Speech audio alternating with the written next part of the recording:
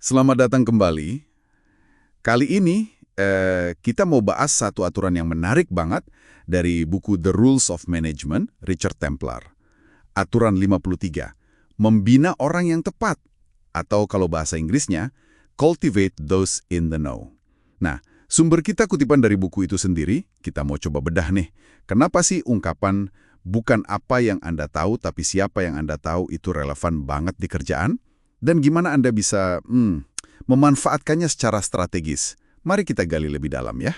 Iya, ini konsepnya menarik kan? Aturan ini tuh bukan sekedar soal, ayo punya banyak kenalan gitu. Intinya lebih ke identifikasi dulu. Siapa sih orang-orang kunci di kantor atau organisasi Anda? Buku ini nyebutnya penggerak dan penggagas, movers and shakers. Terus secara sadar, bangun hubungan sama mereka. Ini bukan cuma temenan biasa, tapi lebih kayak, membangun jaringan informasi dan pengaruh yang strategis. Betul. Jadi fokusnya ke pemetaan kekuatan informal ya, bukan cuma ngelihat bagian organisasi aja. Nah, contoh yang di buku soal asisten manajemen senior itu, menurut saya kena banget. Seringkali mereka tuh kayak penjaga gerbang gitu kan. Sumber kita ini bahkan nyaranin pakai pesona, sopan santun, taktik, wah, bahkan sampai istilah kelicikan yang diperhitungkan atau ruthless cunning, agak kuat ya istilahnya. Kedengarannya provokatif ya. Tapi poinnya bukan soal jadi licik demi keuntungan sendiri aja sih. Lebih ke arah gini, kita perlu paham dinamika kekuasaan sama aliran informasi yang sebenarnya. Gimana pengaruh itu bekerja, gimana keputusan dibuat, yang kadang, ya di luar jalur formal, para asisten ini, kata bukunya, seringkali justru lebih paham soal operasional sehari-hari, terus siapa yang beneran punya suara, gitu. Sesuatu yang mungkin kita nggak ngeh. Jadi, ya, bangun hubungan baik sama mereka itu langkah cerdas, strategis. Strategis, oke. Tapi gimana ya caranya biar nggak kelihatan oportunis atau manipulatif gitu? Ada batasannya nggak sih menurut buku ini? Secara tersirat sih, buku ini kayaknya mengarahkan ke hubungan yang saling menguntungkan ya, bukannya eksploitatif. Walaupun pakai istilah kuat tadi, penekanannya tetap pada kecerdasan sosial dan pemahaman sistem kerja. Nah, selain membina yang tepat, buku ini juga ngingetin loh, hati-hati sama orang yang cuma buang-buang waktu kita. Plus, jebakan email tuh, bisa nyita waktu produktif banget kan?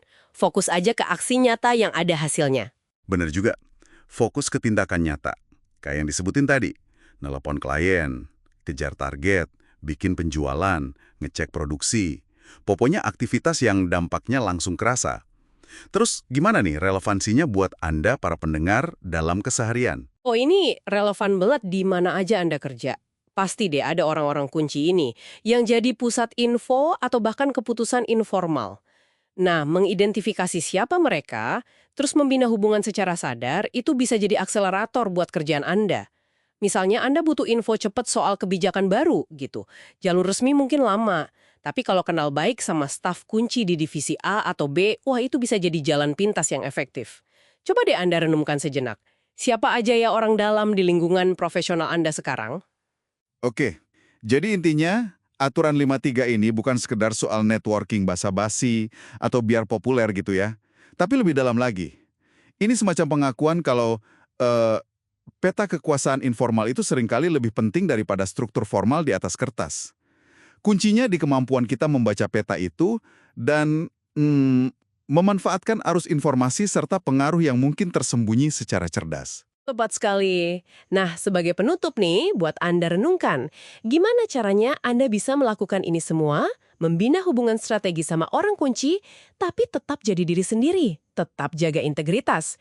Di mana ya persisnya garis tipis antara membangun jaringan yang saling untung sama tindakan yang mungkin bisa terasa manipulatif? Nah, itu pertanyaan penting banget. Buat direnungkan sambil Anda memetakan siapa orang penting dalam jaringan Anda dan mikirin cara mendekati mereka secara etis dan efektif. Oke, sampai jumpa di pembahasan kita berikutnya ya.